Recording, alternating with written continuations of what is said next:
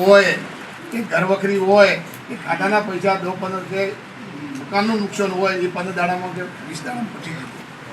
આ લગભગ મને લાગે 7 તારીખે વરસાદ આવે 2 મહિના છે, આજે કોઈને પૈસા ખાતામાં આવ્યા નથી। ભવિષ્યનો નિયમ એવો હતો કે વીમા પાકનો જે ચોમાસું નિષ્ફળ થતું 33% નુકસાન થતું ત્યારે આપણું જે સરકારનો જેવો પાક ધીરે હોય એ પાક ધીરે મુક્ત થતું, જેવા મુક્ત થતું। અને સરકારે, ભાજપ સરકારે એ વિચાર્યું હતું કે ખેડૂતોનો કે જે પાક વીમો છે,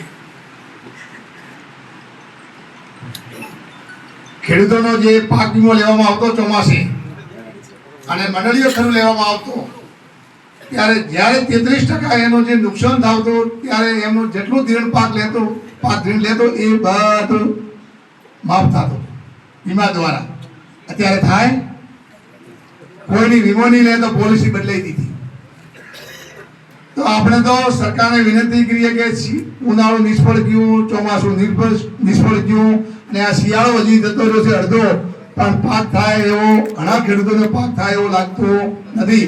તો અમારું જે બેંકમાંથી ધિરાણ લીધું છે પાક રૂપી, તો એ માફ કરો, એના માટે મેં ખેડૂતોને સાથે આવ્યા છીએ। અમારું એવું છે જે બેંકોનો સરકારનો એવું માફ કરો, અને મારો જે ઉદ્યોગપતિઓનું એવું માફ થતું હોય, આ તો જગતના તાત છે, એ જગતના તાતનું જેવું માફ ન થાય તો આપણી પીડાઓ કેટલી છે।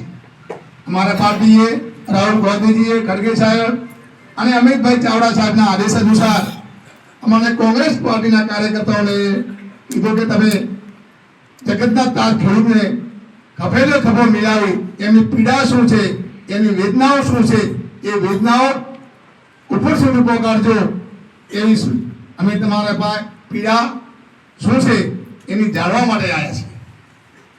બીજી આપણે હિંમત હારવાનું નથી। આપણે સતત 30 વર્ષથી એમના સામે જજુમ્યા છે, તે બદલ અડીખમ કોંગ્રેસના કાર્યકર્તાઓને હું દિલથી ધન્યવાદ આપું છું કે જે 20 વર્ષનો આવ્યો છે અને અત્યારે 50-55 ધોળા આવી ગયા છે, પણ સરકારના કોંગ્રેસ પાર્ટીના કેવો શાસન છે એને કોઈને ખબર નથી। પણ અમે આ ભગવાન ઉપર ભરોસો કરીએ છીએ, ખેડૂતો ઉપર ભરોસો કરીએ છીએ, ખેત મજૂરો ઉપર ભરોસો કરીએ છીએ અને નાના વેપારીઓ ઉપર ભરોસો કરીએ છીએ કે આવનાર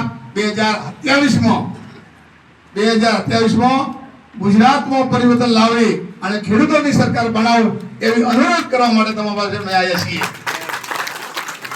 હમણાં ટૂંક સમયમાં 4 મહિના કેડી મને લાગે વાતાવરણ સારું લાગતું નથી, એટલે ચૂંટણી 2-3 મહિના નહીં આવે, મારી ગણતરી ઉનાળો લાગશે આવું લાગે છે એનો સર।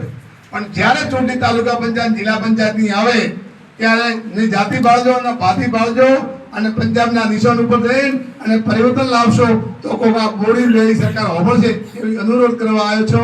તે બધા તમે મને શાંતિથી સાંભળ્યો, મારું સ્વાગત કર્યું, તે બદલ દિલથી